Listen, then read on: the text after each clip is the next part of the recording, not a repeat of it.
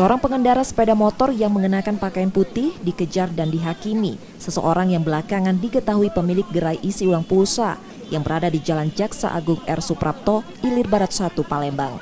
Warga yang melintas kemudian ikut menghakimi pria itu karena pemilik gerai isi ulang pulsa berteriak. Akibat insiden itu, lalu lintas di jalan tersebut menjadi macet.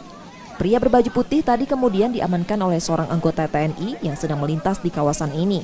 Dari keterangan pemilik gerai isi ulang pulsa, peristiwa itu dipicu karena pria tersebut melakukan isi ulang pulsa Rp200.000. Saat pulsa sudah ditransfer, pria itu langsung kabur. Pemilik gerai kemudian mengejar pria itu hingga dapat dan menghakiminya. Nggak, cerita awalnya cak mana, Kak? Beli pulsa. Terus? Pulsa 100.000.